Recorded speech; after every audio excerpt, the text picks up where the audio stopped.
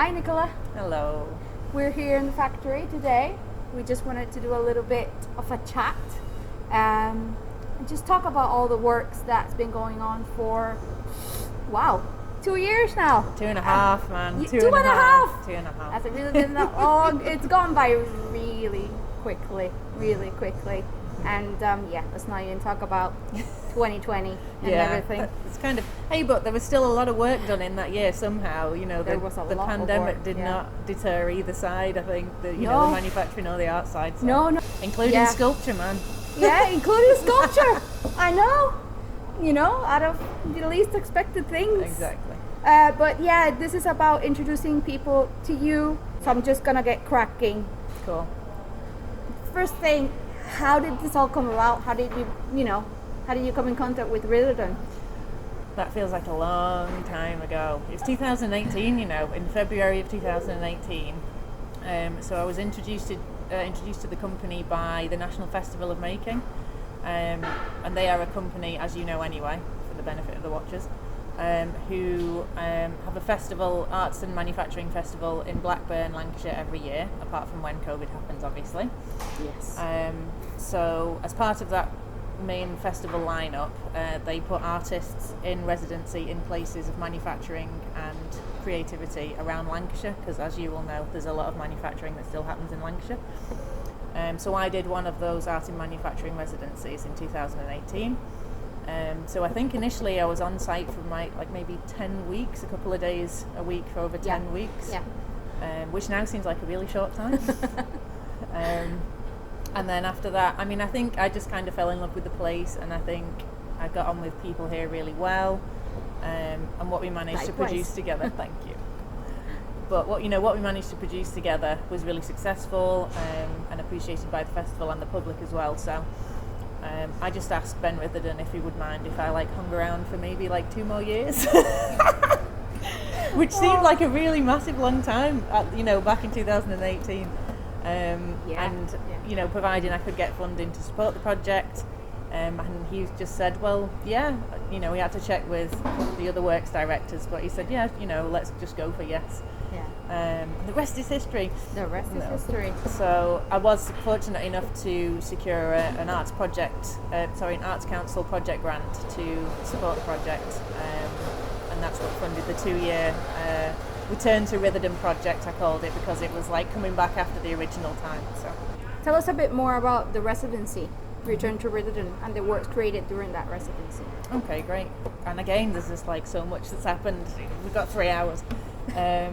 But my initial aim for the residency was to come back into the Ritherdon environment. Ecosystem is how I describe it, because there's all these kind of different departments working together, overlapping. And obviously there's lean manufacturing philosophy happening in 5S. So all that kind of workplace management structure was really interesting to me. And I thought it would be great to see if I could find little tiny pockets of space, even within this lean environment, to operate as an artist. Yep. And also, just to be on the premises for a long time, really study all the systems in place here, and then make work in response to those. Because I had previously some experience of working with fabrication processes individually, so maybe making sculpture out of weld metal, and scrap metal, that kind of thing. So it was really more about bringing what I knew about those processes and then amping it up by the way of a whole manufacturing system. So I'm trying to pick out some key works really. I think initially, what happened in 2018? Was the first exhibition 2018? 2018, yes, was the festival, and that was the end of it. Yeah. Okay, so there's been 2 exhibitions towards the sort of start of the residency. One was in the Turnpike Gallery in Leigh, and in that show, it was the start of now something that has developed over the 2-year period, which is the idea of a machine making an image of itself, which is quite meta and cycle. Yeah, it is. So the idea was to take a photograph of the Trumatic punch machine, which, as you know, is the first machine in the line of manufacturing. It is, yes. And put a photograph of that into the CAD programming of the machine. So the machine would effectively punch out an image of itself onto a sheet of metal. So yeah, in the Turnpike there was a few panels, playing with that idea. And secondly, the exhibition at Bury Sculpture Centre, which was, I think, overlapping with the Turnpike show. It was a different kind of work. So me and Matt and Aaron in the paint shop here, the powder coating plant, we tried to collect and use all the waste powder that gets sucked away after each kind of colour job, which actually is like a very small amount per job because it's lean and clean and environmentally friendly. But there is a tiny little bit of it after each job. That all gets sucked away into a big container, and then I consequently dig it out again with a Lurpak tub. and get to use all the powder coating paint. Yes. Yeah. So me and Matt it's kind of about disrupting the powder coating process in a way, to figure out how to get something else to happen outside of the norm. Yeah. So we figured out how to just, instead of applying a really, really beautiful, like pristine finish on regular Ritherdon products, we took all the waste and just pushed as much of it as we could possibly get onto these panels. So it was kind of falling off, to the point where the panel was just rejecting it. It was just like, there's too much here, it's all sliding down. So there was 5 of those panels in Bury Sculpture Centre. And since then, there have been kind of longer term projects, and these pieces of work are now exhibited at Castlefield Gallery in Manchester. Again, one is a development of that initial Turnpike work where the machine makes an image of itself. But this time we've sort of taken it one machine down the line to the press brake, which, as you will know, is, I describe it as the machine that puts the bends in everything. Yeah. So we put a photograph of the press brake machine into the CAD programming of the press brake machine, and it was effectively instructed to bend out a sculpture of itself. Yes, bend out, yes. And this is quite a large thing actually. We upscaled the final sculpture to fit the double height space in Castlefield Gallery. So it's actually, as you look at it, 5 metres by 5 metres by 1 metre away from the wall. So yeah, it's quite a heavy thing. And I'll just tell you about one more, because I could just go on forever. But I worked with my friend Craig Oates, who helped me master the technology of like Raspberry Pis and light sensors. So there is currently 2 setups of industrial strip lights in Castlefield Gallery, and they flash in according to when Tony and Andy are welding. Yes, we chatted about this. So essentially there is a light sensor hanging over the top of Tony when he's welding and Andy when he's welding. It's not a camera or anything like that, it's just like a light sensor. Yes. So it picks up the welding flash in real time. So this is happening right now? Oh yeah, it's at Castlefield. Oh, right. So, wow. As they're welding at their own rhythm within the structured system, it's about the individual welder, in the highly structured system. The lights are flashing, being informed by this real-time information in Castlefield Gallery. So good thing we're really busy because we're welding all the time. Trust me, it's a bit mad at the moment, but all good things. Good, healthy order book. Yes. And it's what we like. And they can tell at Castlefield Gallery now, the monitoring like the workload.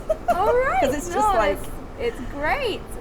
See, all good things, all plans come together. Yeah. Great stuff.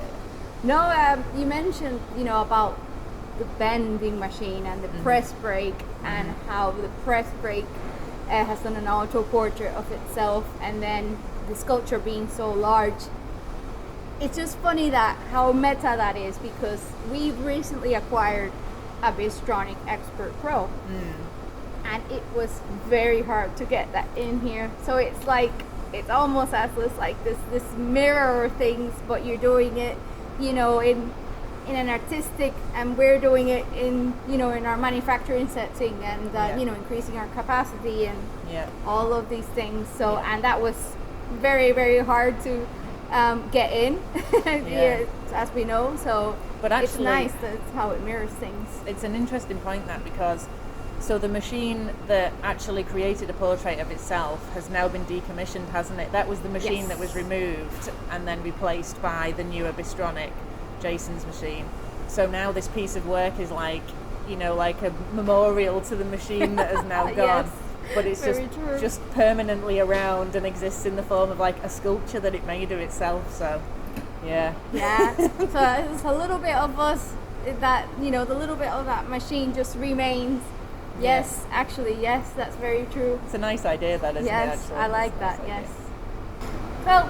So, with all this art you're creating, what's the message? What's the message that you want to convey? Yeah, that's a good question, because that's like really layered as well. I think, part of my want to make the work, I suppose, comes from my growing up. So I'm from like an engineering family, so I have frequented places of manufacturing and industry briefly over the last 10 years probably to like loan materials, and I just want to bring what I find super interesting about those environments out into a public space, basically.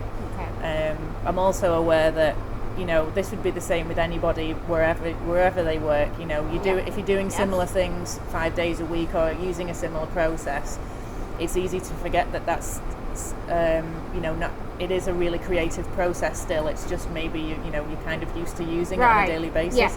Yes, of course. And I just want to recognise the creativity in everything, and bring that out into a public space. So, yeah. I like that. And I also, like that very much. I think and I'm not just saying this because I'm here, but I have been in a number of factories in my life for various reasons, just loaning material or hanging around, as sometimes artists tend to do. And I just think the working environment here is so good. So there's part of me wanting to be part of that by finding and working in these little pockets of time, but then also communicating that, the way that Ritherdon operates to everybody else on the outside, like over the factory threshold, because I think it's actually like a really good example of good practice, basically. Oh, thank you very much for that. No, it's true. It's the same thing, I think, for everybody, and our customers, the people that we work with. It's just important to be actually keep manufacturing, keep manufacturing in the UK, keep manufacturing in Britain. Yeah. It's so important to do that. Yeah. And we kind of reflect that in our environment. Yeah, and I believe that to be true, because obviously I hang around a lot of the time and I see it, and I think also, another really clear thing to see is that you have the space, because you're so well organised. Really, you have the space for somebody like me to be in here working. Actually, when it's not. I do try to make it as frictionless as possible, but I am acutely aware that not every place of manufacturing would be able to cope with somebody coming in saying, well, actually, can we just try doing this a bit differently? Do you know what I mean? Because it is still a massive disruption, regardless of how I try to make it as frictionless as possible. There's always the meeting point where there is disruption. It's just whether it's welcomed disruption, for the sake of, kind of forward thinking and innovation, or just something interesting that's happening in the day. I do get that. There is that moment, and I think you just take advantage of. It's probably has a lot to do with our ethos here, team prosperity, giving people flexibility, and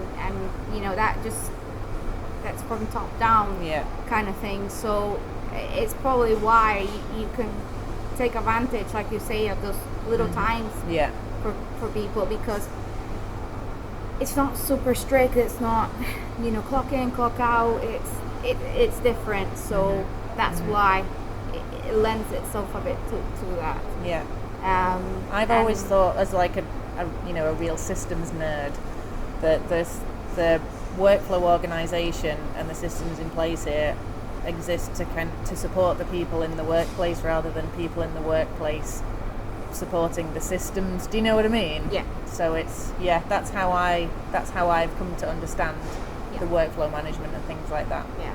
So I mean, having flexibility, having processes, Doing our 5S, having lean management processes doesn't have to be mega rigid. You have to adapt those processes and those best practices to the works and to the people and to the team. And that's pretty much how we do it. And it is a process. So it is a constant pursuit of excellence. It's a constant pursuit of best practice, a constant pursuit you know, keeping your manufacturing process up to date, keeping everything up to scratch. So Yeah. it's this continuous improvement. It's that continuous improvement. Yeah. So we all have to work at it all the time. Yeah, and that's how I feel about being That's an how it artist. Actually, is like, you know, you're the one person wearing many hats. You know, it's really up to you to make sure that you're improving all the aspects of what it is that you do. And I have tried to soak in as much of that from this environment as I possibly can. You know, it's just been a great couple of years where I can sort of assess how I've been operating and thinking, okay, is this really the best way to go about doing what I want to achieve, or is there a way to, like, it's always like machine speak with me, but assessing the components that exist and making them fit together a little bit better, you know, for the purpose of sort of reducing, you know, waste time, waste energy, that sort of thing for me as a person. And then, like, maximising what happens from my actions on the other side. So yeah, I've totally soaked it in. No, That's what I'm saying. It's well, it's also it's very much business. Yeah. It's very much how you have to run a business, and you have to make use of everything that you have available to you. Yeah. And also, it's like you say, wearing many hats. Same thing that happens when you're a small business and a family business. Yeah. We all tend to be very flexible. We want to like help each other, help our teams all the time. Yeah. And that's just how things happen. And I'm sure a lot of people, a lot of manufacturers will resonate with that and will understand. Yeah. You know where I'm coming from. Yeah. In terms of well, you've been looking at all the sheet metal work, all the press brakes, the front machine, you know, the punching, laser, everything. What other manufacturing processes are you interested in? Gosh, crikey. It's such a difficult question because sometimes you can only work with what there is available. So you kind of got to get into the habit of thinking, okay, if I could have anything, then what would that thing be? So they're like really different approaches. So actually, I'm not even sure I can answer the question, but I think because I'm so interested in what I call like the Ritherdon context, so specifically this place where we are now, I think I'm just really interested to see what will happen in 1, 2, 5, 10 years time. And because Ben said it's okay for me to just keep showing up now, you've got me permanently. Oh my goodness! Yeah, I know. I would just love to. So much disruption. I know. Everyone's just got tons of more grey hair now than since 2.5 years ago. But whatever happens here, because I know you're constantly changing things for improvement and things like that. So whatever arrives on the scene, I just want to be all over it, I think, is really okay. But in terms of kind of external projects, I think I may be able to get access to, it's actually a science facility that are inventing like a better way to weld really, really large scale on site, like pipe welding, like out in the desert, that sort of thing. So again, it's still that kind of thing is still very much in the vein of fabrication. Yeah. And it's not like I just want to spend all of my life for the rest of time just focusing on welding, because that's not true. But logical steps, I think, is probably the way to describe where I'd like to go next. So maybe it will be this like scientific facility with robot welding arms, for example. Yeah. But then I was it just might gonna say, is it robotic welding? Because that's the new thing, really, kind of thing. Well, new-ish. So it may be something like that. But then at the same time, I think it is about the physical processes, but also now about the way that I think about being in environments or like ecosystems like manufacturing, and maybe I can take that approach to literally just responding to different kind of contexts regardless of what they are, and try and embed myself in other places to find these little pockets of time and make something else happen, if anyone else will have them. So I'm sure they will. Yeah. I'm sure they will. If you show up and if they let you pitch, you'll convince them. It's fine. You'll be fine. I'm sure of it. No, it's amazing. It's been a real experience having you. Well, thank you. Thanks thank you so very much. much.